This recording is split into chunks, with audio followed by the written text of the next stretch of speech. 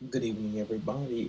This is the Wednesday online lecture that I'm recording portions of it the night before. So if you see me tonight, I am actually recording portions of it tonight, and then I'll record the other portion tomorrow.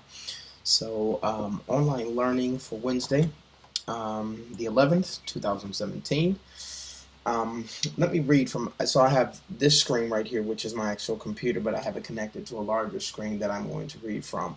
So on this opening slide today is going to be the agenda. Today's agenda is to get ready for our teaching and learning symposium on school choice, human resources, and teacher accountability with Dr. Chris Willis. So we're going to get you ready to effectively engage with that. Those sessions. There will only be two. There won't be the Monday, Wednesday, and Fridays. Also, I'm going to be preparing you this week. This week we're going to be focused on our teacher interview projects. I'm going to provide you sample questions and the selection. I'm going to ask that you inform me of the person that you will interview. This is the midpoint of the class, so I'm actually going to devote some time to allow you to work on getting that completed. So the products of learning, as is a best practice in whatever scenario you are in your professional roles as an instructor, speech pathologist, guidance counselor, etc., etc. There should be some type of product at the end. So the product from today's session is that you're going to actually type in live on our Google Doc your questions for Dr. Willis. You're going to revisit your submission from September 15th. That's the emotional intelligence article that I had you read, and I had you relate it to your strengths. Now, just because it was a Friday, so I read everything. And I have to say I was not impressed with a lot of the responses. There were some that were just stellar and blew me out the water. If you ever think that I just assign you busy work, I don't. I don't assign anything that I don't take seriously or I don't read. Just because you haven't gotten feedback on it yet, it doesn't mean that I haven't read it. Now, your emotional intelligence responses, I have read from your Friday assignment on the 15th, and I was not pleased. Part of the reason, and so I have to juggle two veins, because the university system in America, everything is capitalist. Everything is capitalist. We make money. Remember I told you that education is a financial institution, it's a social institution, it's a political institution, it is an academic or an education institution, but those institutions have purpose. And guess what? You all are the reason why all of us are here. If you are not enrolled in education, I wouldn't be on, well, no, I take that back because I'm on scholarship. There was a African-American male, Dr. Winifred Stone, who wanted to see more African-Americans in academia at the college level, K-12. So he established an endowment where he provides scholarships to certain minority groups, and he gives them a scholarship. So I'm actually on scholarship. But nevertheless, most of your doctoral students and even some of your master students who are serving as instructors, they would not be able to have fellowships, if you will, if it were not for you. So for the university, you are a prized commodity. You are our valued customer.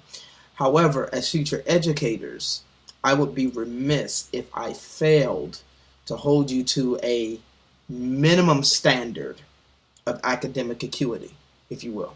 So I read the responses and I wasn't pleased. So please allow me to read the comments that most of you got or will be getting. No, I muted the assignment, so none of you have gotten the comment. But this comment was mainly on a lot of them. I was not able to see the translation of learning from the author's expository on EI, which is emotional intelligence. The future educator's vantage in impacting the classroom setting and specifically relating EI to your strengths using examples from the text. You are a more critical thinker than your response reflects as you etched or scratched the proverbial surface. Dig deep to connect me with your conceptual understanding of emotional intelligence, your strength, and your particular performance area. Now, don't get it twisted. There were some that were stellar and that actually left me speechless. But then there were a lot of them that I was very disappointed. I questioned if many of you even read the article. This is that butthole coming out in me. Anyway. So my response to you for this week, reread your article. Even though I have not unmuted the grades and assignments, reread your article, reread your response, and tell me if I am missing your scholarly depth. I want you to use specific quotations or examples from the article to solidify the connection betwixt your strengths, emotional intelligence, and implications for both your work as an educator.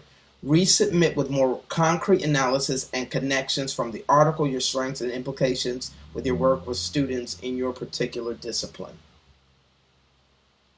So, for future reference, I know you might take this class as a breeze, but what I give you, if I don't believe that it represents the best of your scholarship, I'm going to have you resubmit, okay? And I think that's only appropriate. Now, why am I concerned, if you will, about your